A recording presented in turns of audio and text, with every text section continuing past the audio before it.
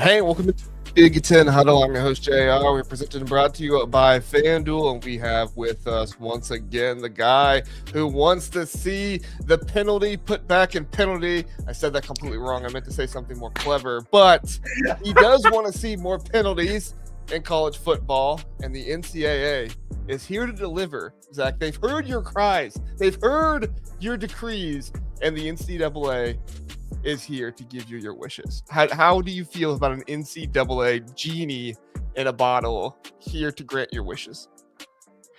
I mean, I'll believe it when I see it.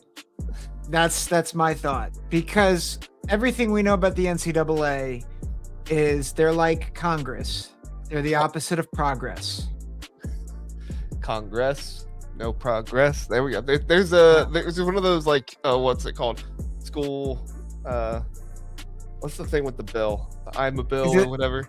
Oh yeah, it's Jailhouse Rock, or not Jailhouse Rock. Schoolhouse Rock. Schoolhouse Rock. Schoolhouse Rock. That's right. I thought School of Rock, and I was like, no, that's a Jack Black film. But I do love that one too. So. Yeah. Nice. I want to give Philip a shout out here. He said JR and Zack are late. It's Zack's fault, I assume. That sadly is a great assumption. It was my fault.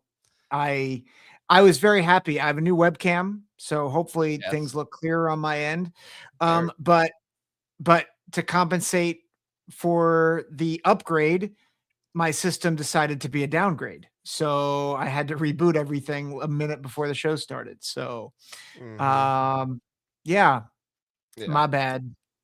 And Philip is exactly right. The quote, "I'm from the government and I'm here to help." Scariest phrase imaginable. And we talked about that on what was that, the Thursday show or the Friday show? I think it was. How the government wants to basically take over college football, or Cody Campbell wants the government to do it. So yeah. So, but of course, all the Big 12 and the ACC people love it because they would just love to get money that they do not deserve. Funny. Ouch. Yeah.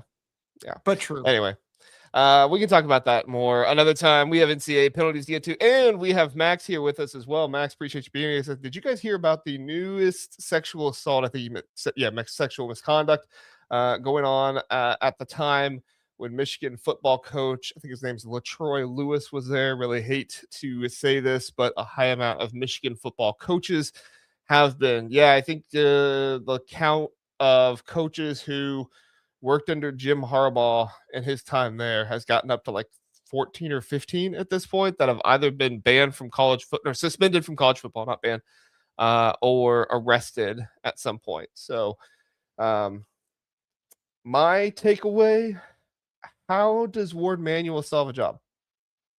That's my main takeaway. Like, I mean, what does he have hidden on his superior that they can't fire him? I think it's not just been football either. Like, there's been basketball stuff, there has been hockey stuff. Like, that entire athletic department has been, and I know Michigan fans agree with me on this. Like, I'm not taking a dig at Michigan fans here. Michigan fans want Ward Manuel gone too. We can all be united in this. Ward Manuel is the great uniter of the Big Ten. Congrats, Ward. I feel like the board of regents, or whoever their board that's over them, is kind of like the dog meme in Fire. Like, everything is fine, nothing to see here while everything's on fire.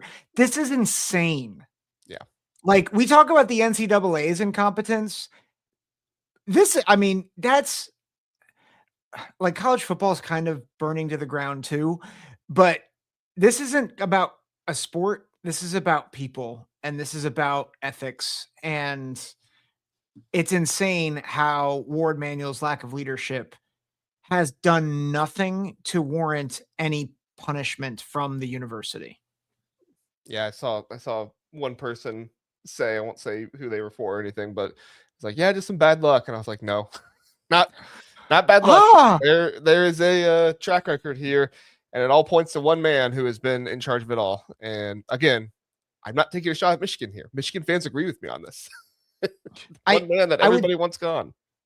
I would say where there's smoke, there's fire, but there's just fire at this point. Yeah, it's just all. And it's bad. Like, the thing that is frustrating about it, And like, I appreciate Michigan fans being honest and helpful because these are not football related things. Like LaTroy Lewis is getting fired because of something that was discovered, not like it's something that just happened. It was discovered from 2 years ago while he was on Jim Harbaugh and Sharon Moore's staff. So this, we talk about lack of institutional control. Like, what is this if not lack of institutional control? Yeah, agreed. Max says, I have faith in Whittingham. I think his track record is pretty clean. Yeah, it's pretty clean. He had like one player that got upset about something one time and sued or something, but I don't think it went anywhere. So it wasn't really even anything. So yeah, Whittingham, he's pretty clean. Yeah, but Ward Manuel's not. Yeah, that's the biggest issue. Yeah, and I'll even go further. Like Harbaugh, Harbaugh is complicit in at least the Stallion stuff, right? But he's also he also hired the people too. Like you, yeah, but like, before Michigan, he was very clean, right? Yeah, I think so. If I remember right, yeah. So like I get like Whittingham is clean, and I have faith in Whittingham, but like I defended Harbaugh a ton until everything like started coming out, and I'm like, okay, he's kind of guilt. Like there's guilt there too. It goes back to Ward Manuel. Like that guy needs to go. Like I don't know how many times we have to say it on this show. Apparently we haven't met our quota yet. We will. Don't worry. Evil Badger Ryan Willie with the $2 super chat. Appreciate you being here, Ryan. Wisconsin is the real UW. The real UW. Hey, we're going to be talking a little bit about something that kind of relates to Wisconsin a little bit in this episode. It's like past Wisconsin, so not really now, but still some stuff like that. So going to be interesting to talk about. You ready to get through it all, Zach? Yeah, let's do it. All right. I don't have any fancy graphics today, guys. Sorry. But we will chug along. All right.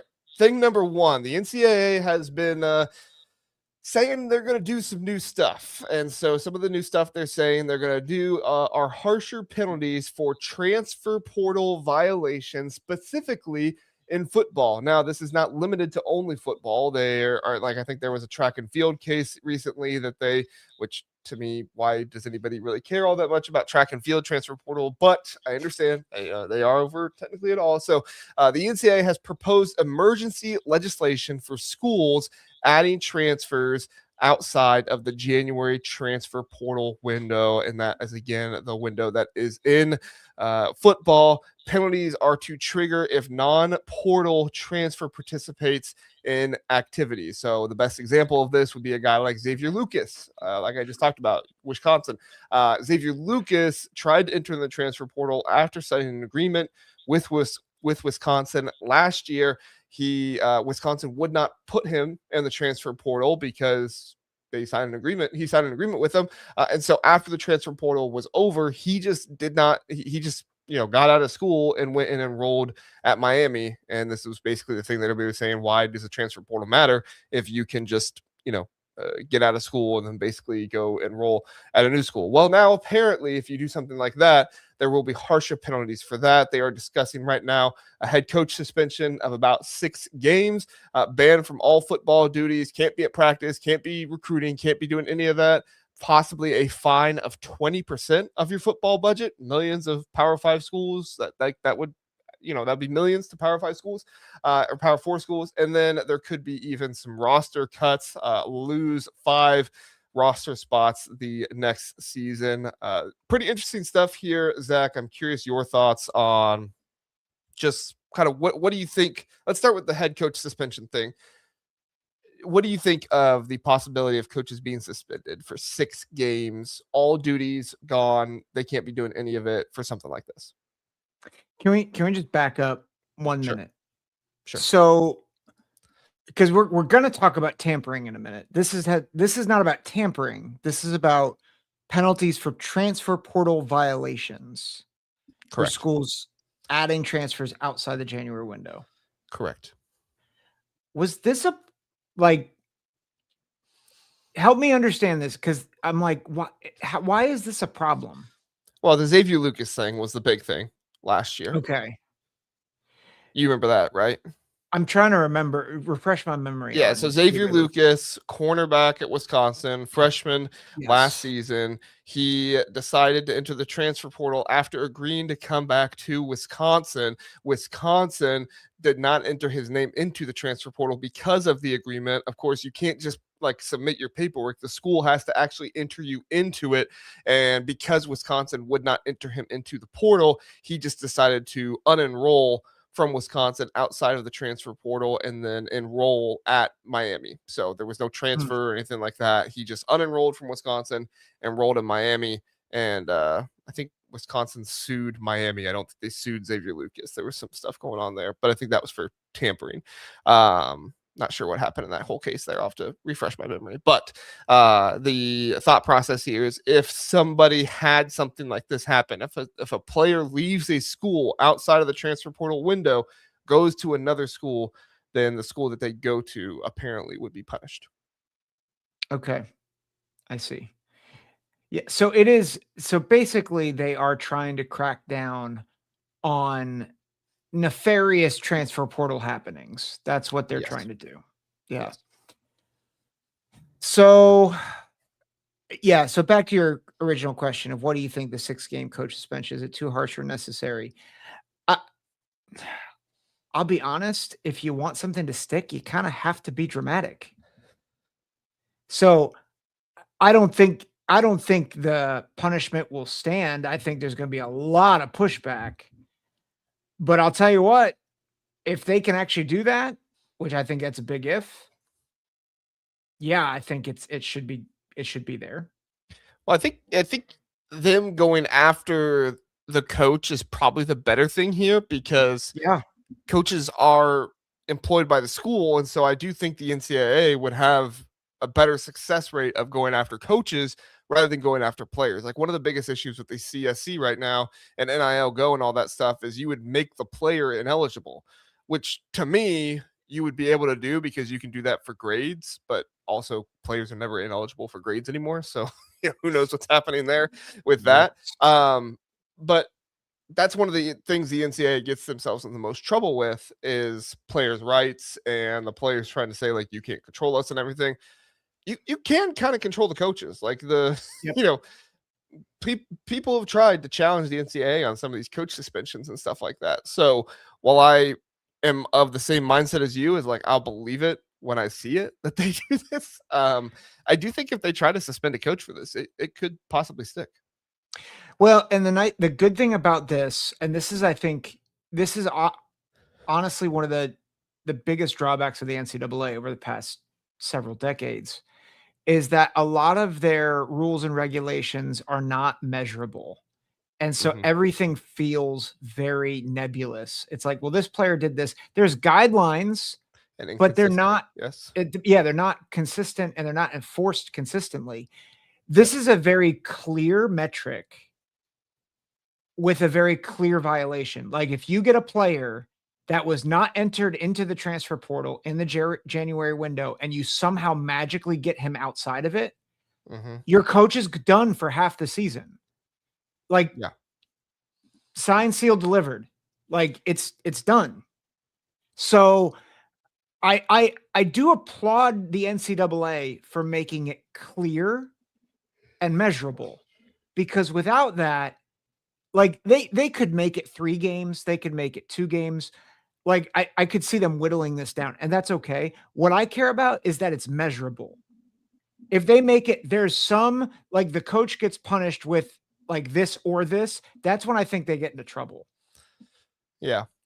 Trojan Fight is exactly right. I think a lot of the rules proposing is in preparation for the blind transfers that are predicted to be happening in the spring, even though there's no open transfer portal window in the spring. And you're exactly right. I mean, there are gonna be guys that think going into the spring that they have a starting spot or that they're gonna compete for a starting spot, and coming out of the spring, they're gonna quickly realize, oh crap, I am not starting. There was a really good freshman, whatever it might be, and they're going to be attempting to leave and go to a different school.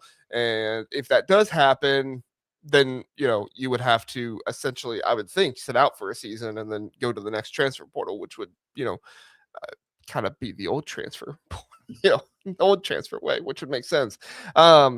The 20% fine on the football budget and the losing 5 roster spots, Zach. I don't think losing 5 roster spots is any big deal. Most schools are not even filling every single roster spot at this point. Yeah. The 20% football budget fine would be impactful if the school cannot pay for it, right? School like Michigan, like we talked about, they were slightly impacted by the fine that they got, but it really didn't impact them all that much.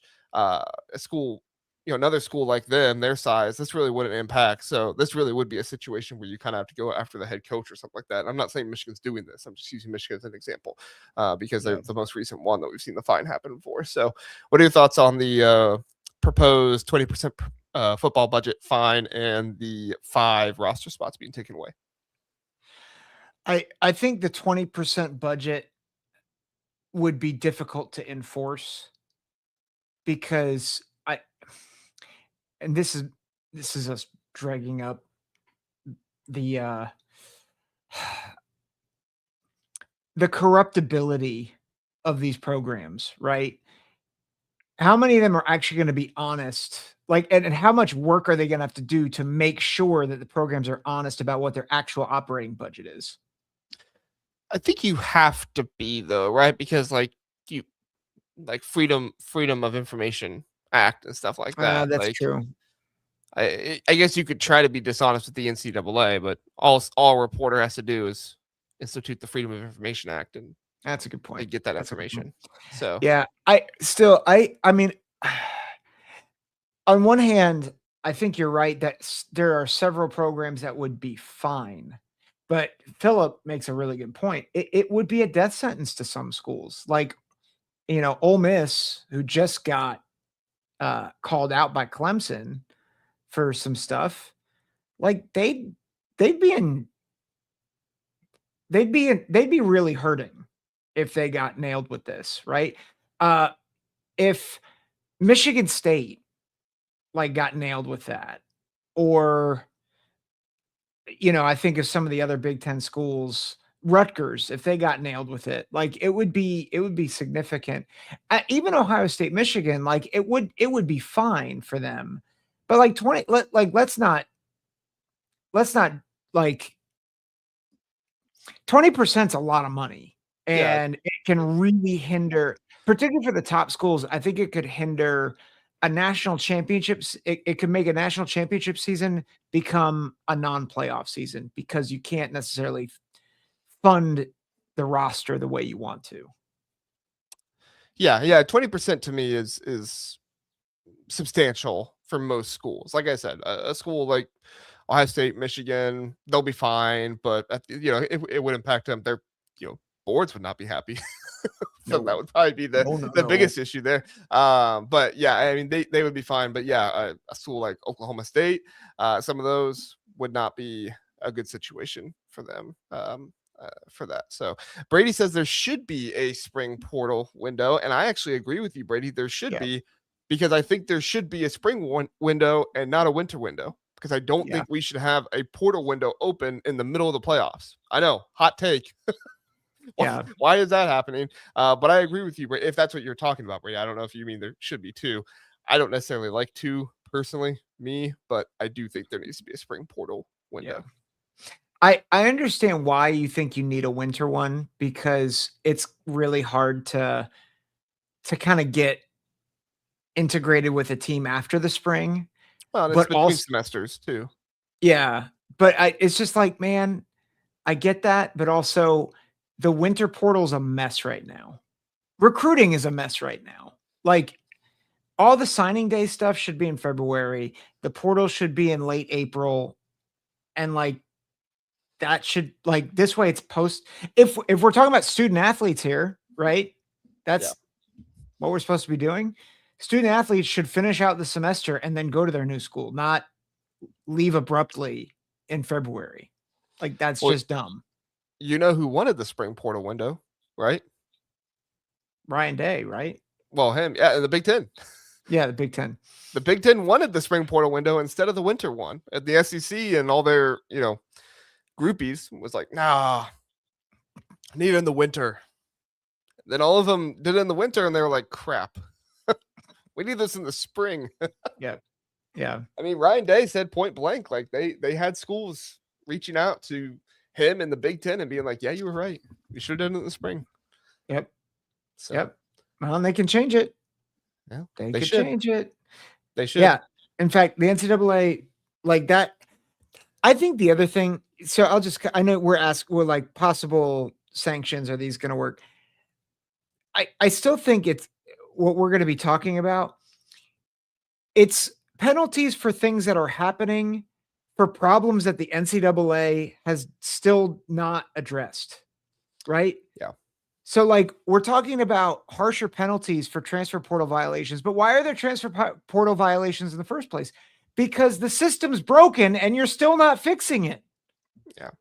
I will say, like, and I talked about some of this stuff with the SEC and why I believe the NCAA is trying to do some more of this stuff, and a few things that I've heard some other people talking about. But overall, like, to me, this makes it so much simpler for the NCAA, to have these, like, basically they did this. Here are your three options of the way that you can penalize them, or penalize them with all three. This is what it is. I think this would make it much more consistent for the NCAA, and they would be in a whole lot less hot water if they institute something like this. The problem is everybody takes you to court, so it's hard to institute something like this. But like I said, with coaches, you have more success than with players. So yeah, and I think whatever they do, just make it unilateral. This is the punishment. Every time you do this, this is what happens. Bing, bang, boom. Agreed. So. All right. Anything else on this before we move on to tampering? No. Okay. All right. We'll be right back after this.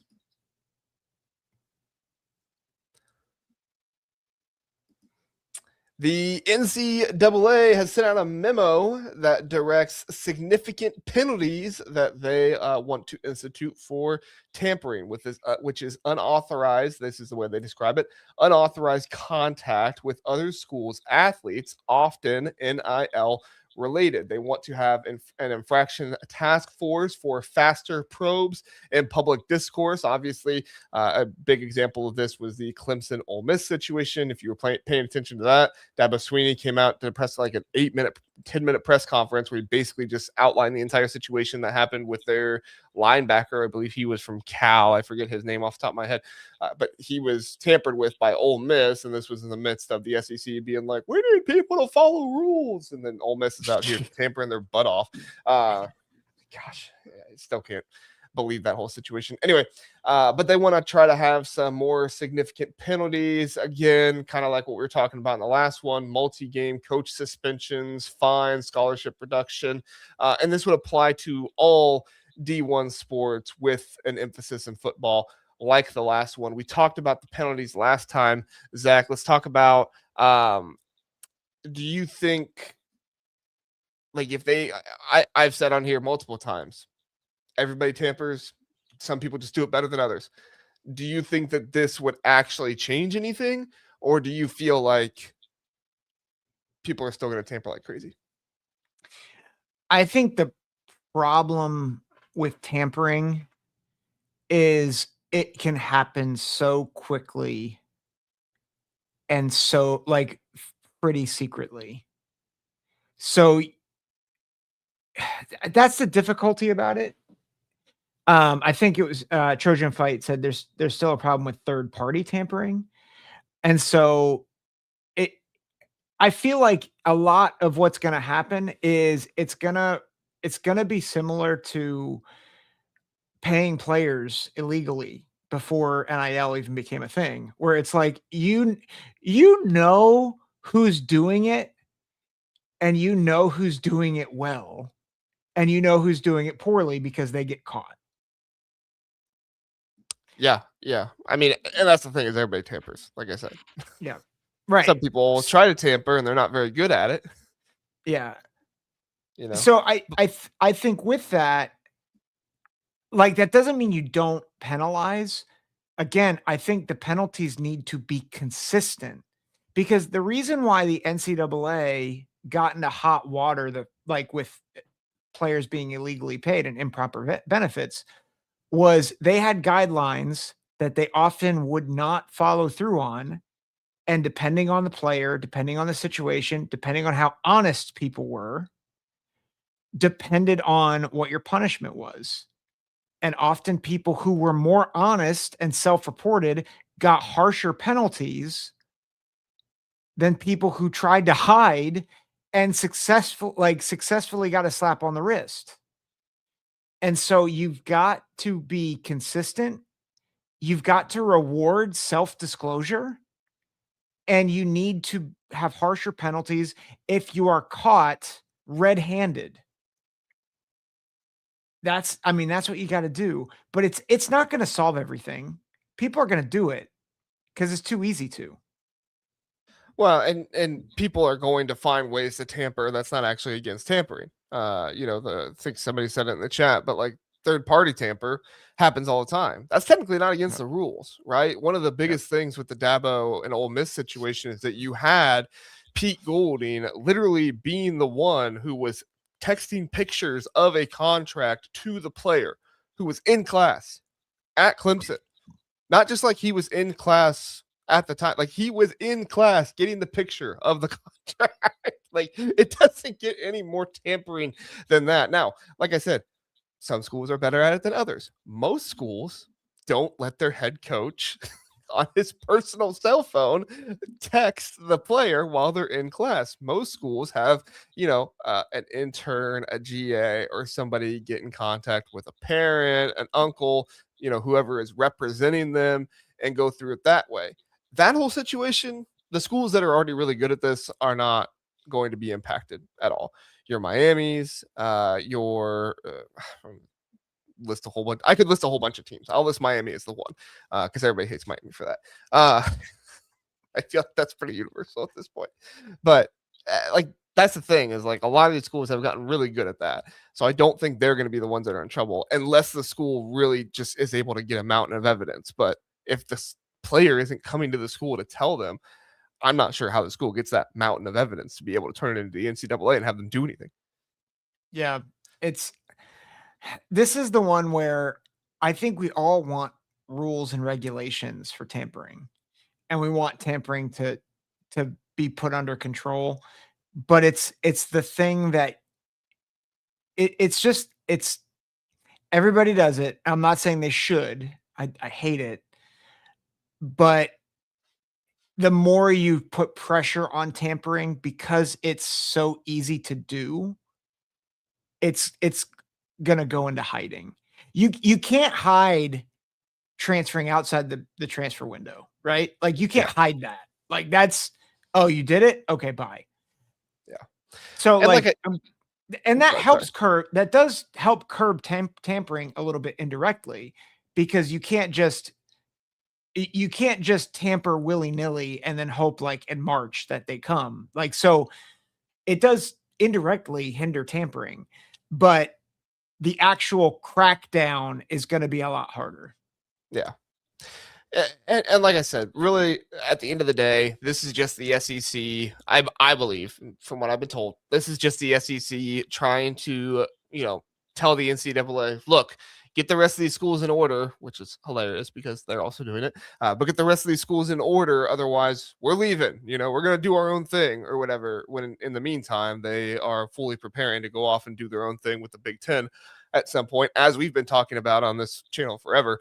Now, go look at the white pages that they combine together to go against Cody Campbell with and everything else. They may disagree on the playoffs, which they might not disagree on the playoffs anymore.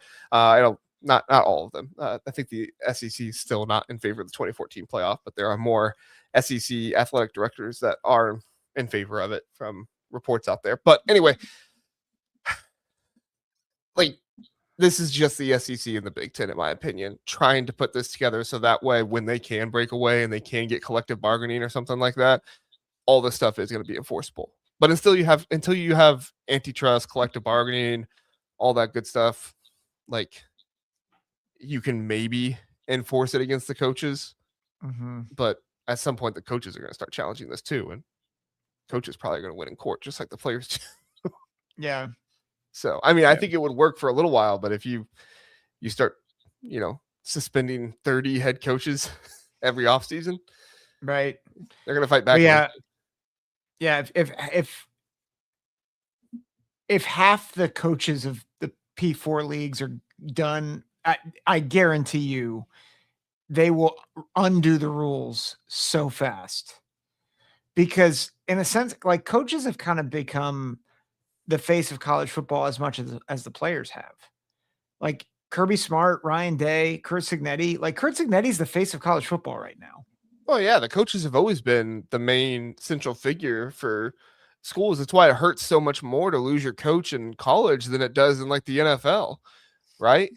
Because they are your one consistent. Players come and go, assistant coaches come and go, coordinators come and go. But at the end of the day, like that is your face of your team is the coach. Yeah. But, all it's going to take is one school to be like, nope, we don't like this. Take the NCAA to court because that's what they always do. But yeah. Can we just talk about, because a few people have brought this up. Dave's here has brought this up. Max is commenting on it. He says, you bring up a good point, Dave. Seems like the courts might step in and legalize tampering as it is essentially an unsolicited job offer. I don't like it, but I don't see it holding up. What do you make of that? I mean, it's a little bit different because it's not like it's all within the same business. So it's not like if I work for, I don't know, Apple and what's it called? Windows comes after me. They might be in the same field, but they're not under the same company, right? So nobody is there to control that. Nobody cares about that. But if Apple marketing department comes after me and I work in Apple Digital, then Apple can be like, whoa. Why are we trying to steal employees from other sections? Again, this is not a perfect comparison, but Apple would never actually go to court for something like that. They would just try to deal with it internally. The issue is you can't deal with this internally with the NCAA because they have no control. Apple actually has control over Apple. The NCAA has no control. So at the end of the day, like there are agreements that you are in the NCAA, right? That should be enough to allow the NCAA to enforce things. But the issue is that not everybody is actually on board with the NCAA. They all control the NCAA, but at the same time, they all fight with themselves. Like once you understand how the NCAA works and like who's in charge of the NCAA, all this like suing the NCAA crap, it's just like, why are we doing this? Why do you have the NCAA if you hate the NCAA? But at the end of the day, there's just no other option for it. So that's why it happens. So, but yeah, that's helpful. Cause I think we forget, like the NCAA, like on one hand, the schools are their own entity, right? So that like they can pay and they can subsidize and obviously give scholarships, and they sign an agreement with that school, but they do have to sign an agreement with the NCAA as well. Right. They're all under the umbrella. Yeah. Of the NCAA. And they all have say in the NCAA. Yeah. So it's not as simple as they're all different entities. They are all under the umbrella of it. But I think here's the thing. The NCAA has done so much to shoot their integrity and reputation in the foot that nobody trusts them anymore. Which is why consistent. Yeah, which is why you can sue them and win, because they have not been helpful. Right. But that's one of the things that makes coaches going after the NCAA different than players. Coaches are actually employees of the school, but it's not illegal for a school to go tamper with your coach, So, I mean, at the end of the day, it's all just very messy. The NCAA, they can try to say that they're going to enforce this with coaches and stuff like that. They might be successful once or twice, but once you start doing it too much and you try to go after somebody like Cristobal, you try to go after somebody like Dan Lanning, Lincoln Riley, insert your top tier head coach here, that school's not going to like it, and they're going to go after the NCAA. Yeah. So I kind of want to see. I'm not saying those coaches are doing it. I'm just using them as examples of big name coaches with big brands that are behind them and would say, no, we're not going to let you suspend our coach for 6 games. I don't want to see it because I don't want to think of Signetti being like the guy who tampers, but there is a part of me that just really wants to see a court case between the NCAA and Signetti. Oh, And just so hard. I know. You're like, guys, I win. Google me. And you just walk out. It's like it's over. To the judge. Google me. Yeah. They go. Yeah, I mean, our thought process is the same from the beginning. Like these are nice thoughts from the NCAA, and like they in a vacuum, they could help and they could make things better, but everything is so out of control at this point that not going to actually matter. Like you can try to enforce these things all you want, but eventually it's going to come back to bite you in the butt, just like everything else does. So unless you get collective bargaining, antitrust stuff like that put together, it's not going to work out. And right now, there's too many schools to all agree on this stuff. I mean, they can't even get all the schools to sign a document that they're going to agree to the CSC.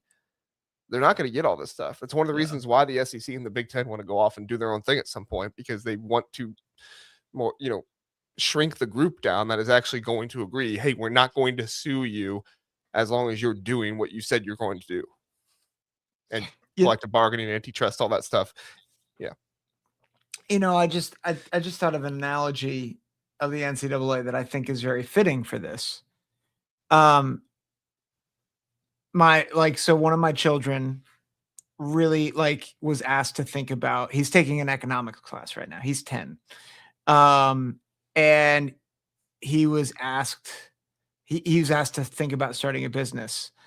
And he was like, oh, I know what I'll do. I'll start an orange juice stand. And the teacher's like, well, why an orange juice stand? And his thought was, well, everybody likes orange juice. Of course it's going to work. That's the NCAA. Of course it's going to work. It's like, okay. Yeah.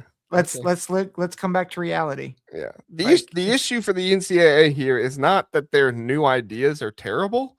The issue is that they've shot themselves in the foot so many times, like you said. They've been so inconsistent. And it's not just even been like throughout their entire history. It's been like within the past 10 years that all anybody has to do is go to the NCAA and say, look how inconsistent they've been A, B, C, D, 5, times. Yeah. And the judge is going to be like, trust him. Yeah, wait, we're not going to give it to the NCAA when they're being inconsistent here. Yeah. So why do you expect them to follow your rules if you're not going to be consistent with yours? So yeah. All right, take one more break and then we're going to come back. We're going to talk about targeting penalties. I know this has been the most riveting episode ever. We'll be right back after this.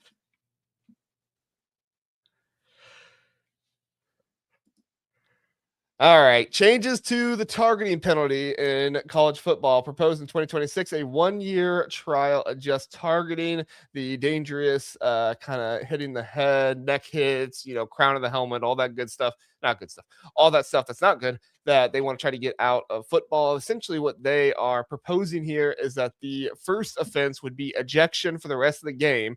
However, Zach, instead of you being ejected for part of the next game as well, if you get ejected in the second half, you would then miss the first half of the next game. Instead of that happening, you would just be ejected from the game that you're in, and then you would be able to play the next game, no issues about it. Now, if you have a second targeting penalty, that escalates to an additional half game, right? And then you have another targeting penalty, a third, that could be where it escalates to the entire season. And it would just kind of be one of these situations where it gets progressively worse and worse and worse. The more targeting penalties you get, that eventually you would be gone for the entire season. I believe it's 4, you're gone for the entire season. You miss the entire next game if you get 3 or something like that. So sorry, I know that I'm not being super technically right here about it, but this is a change they're proposing. I don't think it really does all that much in my opinion, but what are your thoughts with removing the next game carryover, ejections and some of that stuff, Zach? So again, it's like, hey, you're trying. Applause. You're trying.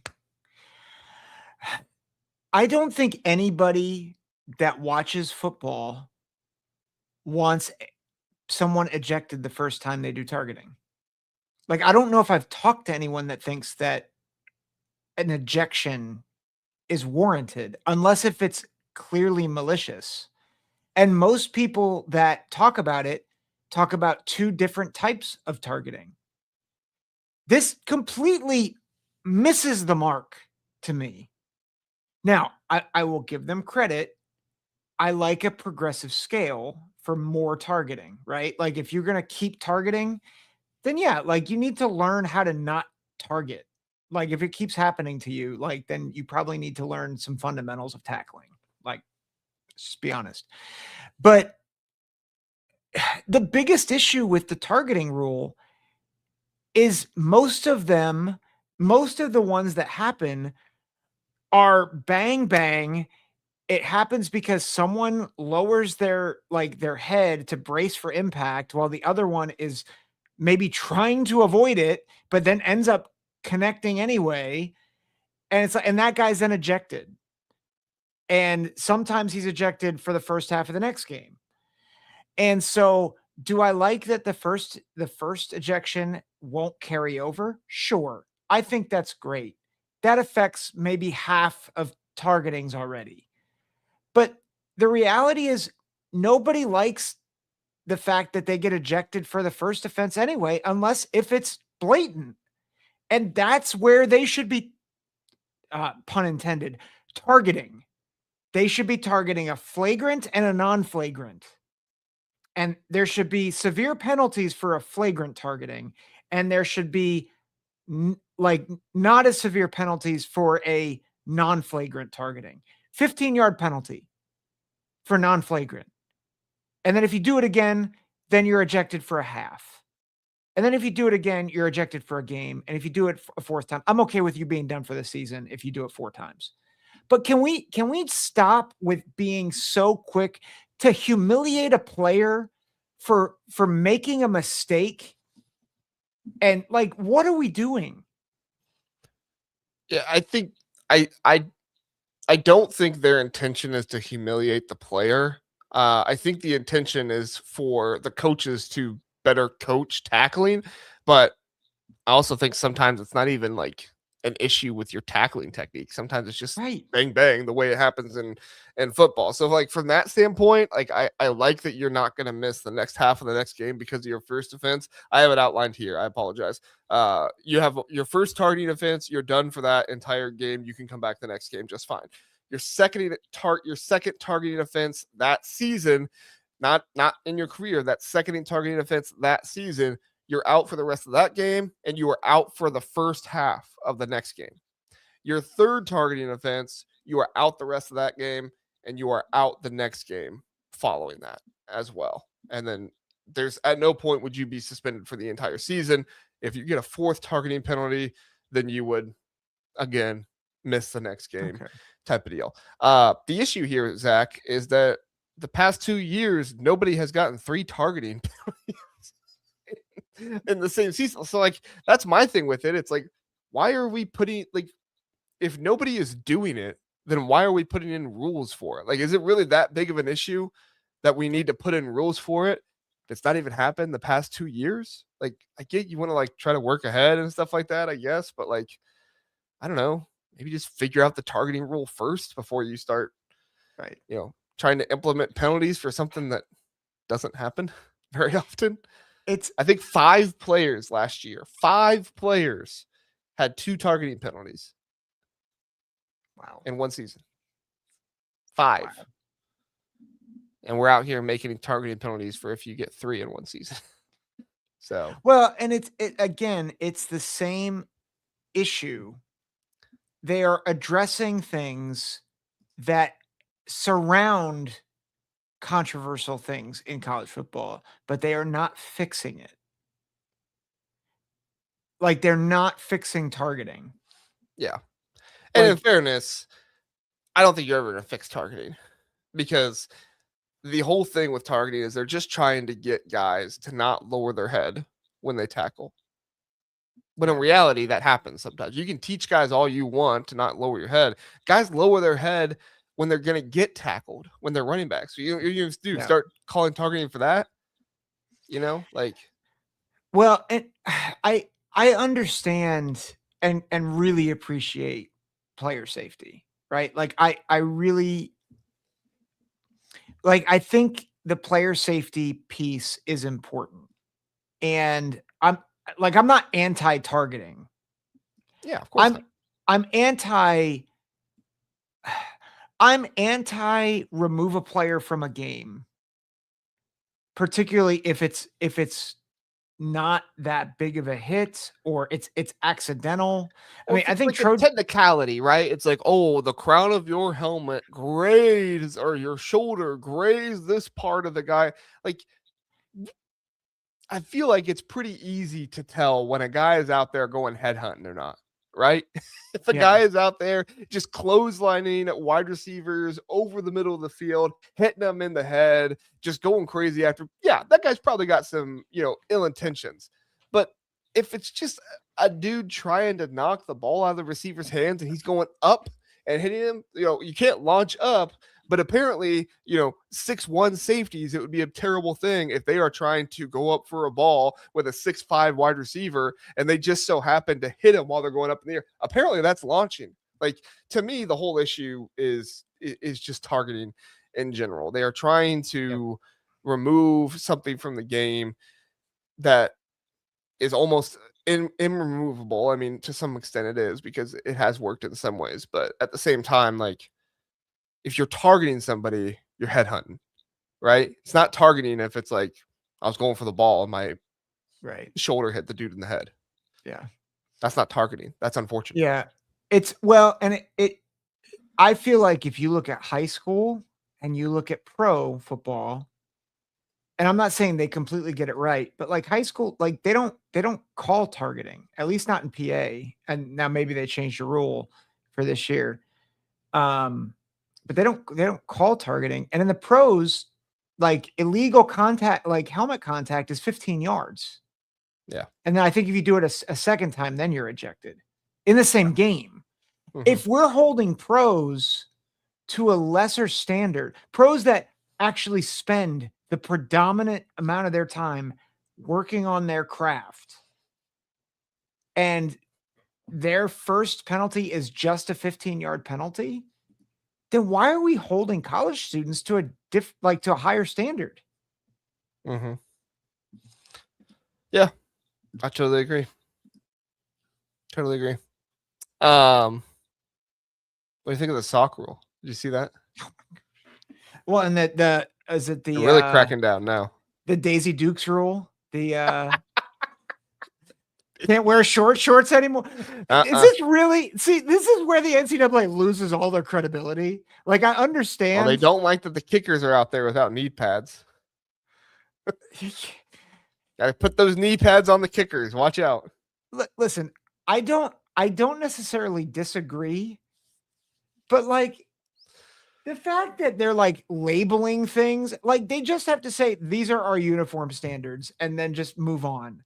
But they went meticulous on this. It's like, we have more important things to do, like actually not embarrassing a kid for accidentally targeting someone. Like, come on, guys. This is why I should have worn my NCAA stink shirt. Why did I not wear that shirt? This is absurd. Well, because I think at first I was like, they're actually trying to do something. I got to give them credit. And I think as we're going through this, I'm like, no, this is stupid.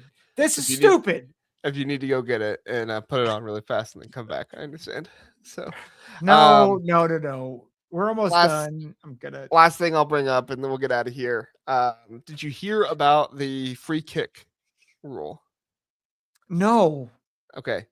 So apparently now you are able, well, it's been proposed, so they haven't approved it yet that I know of. The proposal is, and they've had this in the NFL for a while, it just never gets utilized because it's such a niche kind of situation for it to happen. If the other team punts the ball and you free catch it, even if there is no time left on the clock, Does not matter. Like if you free catch it in that spot, you can take a free kick for a field goal from that spot. So if your team is backed up all the way to the 1 yard line, you punt the ball and you only punt it to the 30-yard line. And, like they free catch it.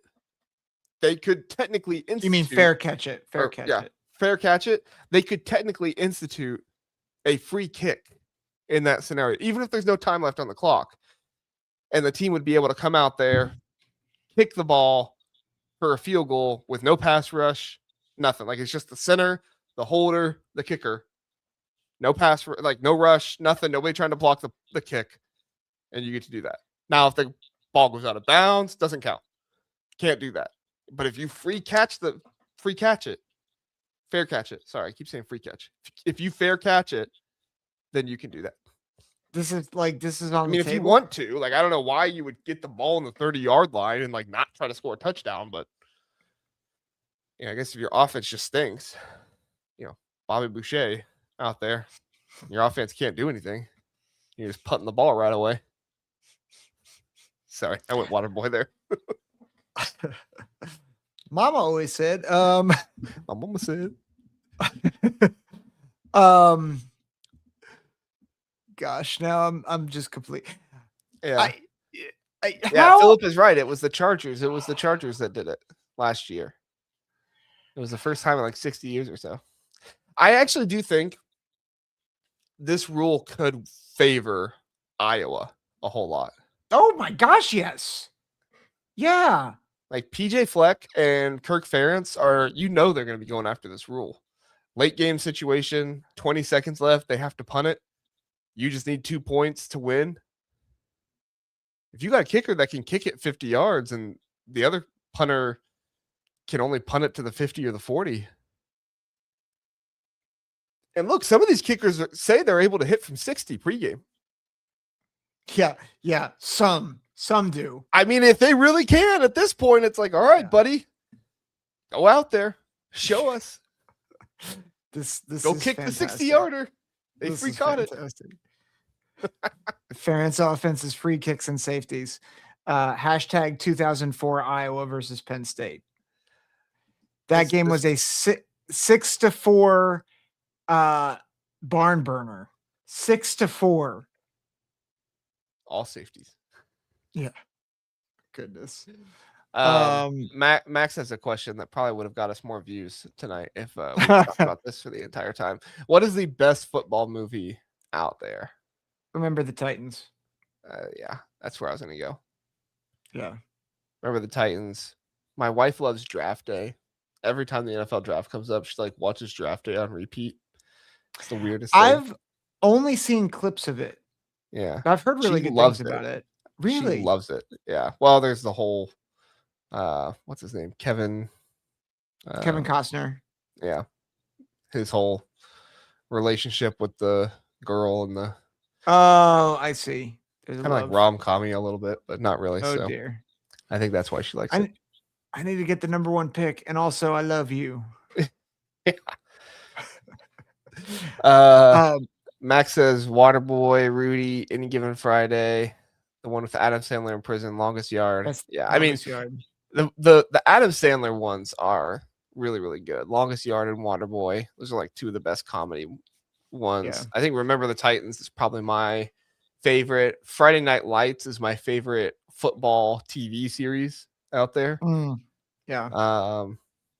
But I'm sure there's other football movies that I'm forgetting off the top of my head. Yeah. There's an underrated one. It's not there are things looking back now that I am not a fan of, and it is a little rom-commy, but The Replacements with Keanu Reeves. Yeah. There's some good moments in that movie. It's a great I was never scene. a fan of Rudy. Yeah, Rudy. I need to go back and watch it, but yeah. It's a classic, but I think it's remembered more fondly than it should. There's a great scene in The Replacements where it's all about a team that the pros go on strike. So rather than like canceling the season, they get a whole bunch of replacement players. And the pro players are, they're going after Keanu Reeves, who's the quarterback, the replacement quarterback. And the pro quarterback's giving him trash, and they're like flipping over his car and everything. And there's 2 replacement guards come out to protect him. And they used to be, I think, prison guards, or no, they were bouncers. They were like bouncers. So they come out as like, hey, we're going to protect our quarterback. And the pro players start laughing. And so the one guy just pulls out a gun and starts shooting the pro quarterback's car. It's like, you got to put the car back now. And they're like, oh my gosh, what the heck did we just get into? It's really funny. John Favreau plays a lunatic, like FBI guy who's now a linebacker. Yeah. And really good. There's really good moments. I wouldn't say it's a great movie, but there's really good moments in it. Yeah. Memorable moments. Yeah. Yeah. There's a lot of memorable moments in it. Did you ever see We Are Marshall? Oh, that's a good one. That's a really good one. Max and Philip they know what I'm talking about with replacements. But yeah, We Are Marshall's great. Yeah, you know what tried to be Rudy, but kind of got ruined later on? What's that? The Blind Side. Ooh, yes. It was very good. Ruined. It was very good. You know, underrated one? Disney, Invincible. Yes. That's an underrated one. It's very good. Mark Wahlberg was very good in that movie. Grader was good. Yes. I don't think I've seen Grader. I saw it once and I liked it. I don't remember it a ton, but I saw it once and I remember I liked it. Not seeing Quicksand. Quicksand. That's a replacement. Oh, gotcha. Yeah, that and the puking Huddle scene. That's also a replacement reference. Okay, I remember now. Radio, yes, Radio. Yeah, that's a good one too. Yeah. Oh man. Now basketball movies I could think of too. But yeah, a lot of really good football ones. Yeah. Whatever they make about Signetti. What's that one gonna be called? Oh dear. Everyone's jealous. Just Google me. Google I think it's just gonna be that would be awesome. Yeah. All right. Well, I think we're gonna end it here. Good stuff, a lot of fun. Zach, thanks for coming on. Everybody, thanks for being here in the chat and listening to us talk about how much the NCAA is trying to do something that probably won't actually do anything. And then some changes and things like that to college football penalty wise, and we'll see how it goes. Zach, any final thoughts? One more analogy. Okay. I feel like the NCAA is like Charlie Brown, ready to kick the football. Whoop! That's the best football movie, Charlie Brown? No. Okay. Yeah, but I do like some Charlie Brown. But Brady says, "Good show, guys. Thank you, Brady. Thank Appreciate you, Brady, being here." And everybody else. Brad. Not I'm Brad. Brad. Sorry. Brady. Yeah. I guess I saw the Y there. Yeah. Sorry, Brad. Yeah. I hate that it does this. The ats now instead of the actual names. And yes, please do. If you're still here, hit the like button. Would definitely appreciate that. And comment your favorite football movie down below if you're watching this after the fact. Let us know what your favorite football movie is. So Zach and I'll be back Tuesday night. I'm sure we'll have a more intriguing topic then. And you can check me out Monday, tomorrow, or Tuesday morning, I suppose, if you listen on podcast. Tomorrow, going to have Jason Carmelo back on again. A lot of interesting Big Ten basketball bubble stuff happened this weekend. Ohio State looks like they're going to be making the tournament after taking down Purdue. Do not have an explanation for how Jake Diebler is 3-0 against Matt Painter. Do not come to this podcast for that explanation. Maybe Jason has an answer. So we'll see. But gonna have Jason on tomorrow for at least one segment to talk through that. And might do some other stuff there. But yeah, talking basketball tomorrow, Tuesday, football here with Zach and everything. And we'll go from there. So yeah. All right, everybody. Appreciate you being here. Thanks for listening. Thanks for watching. Have a good one.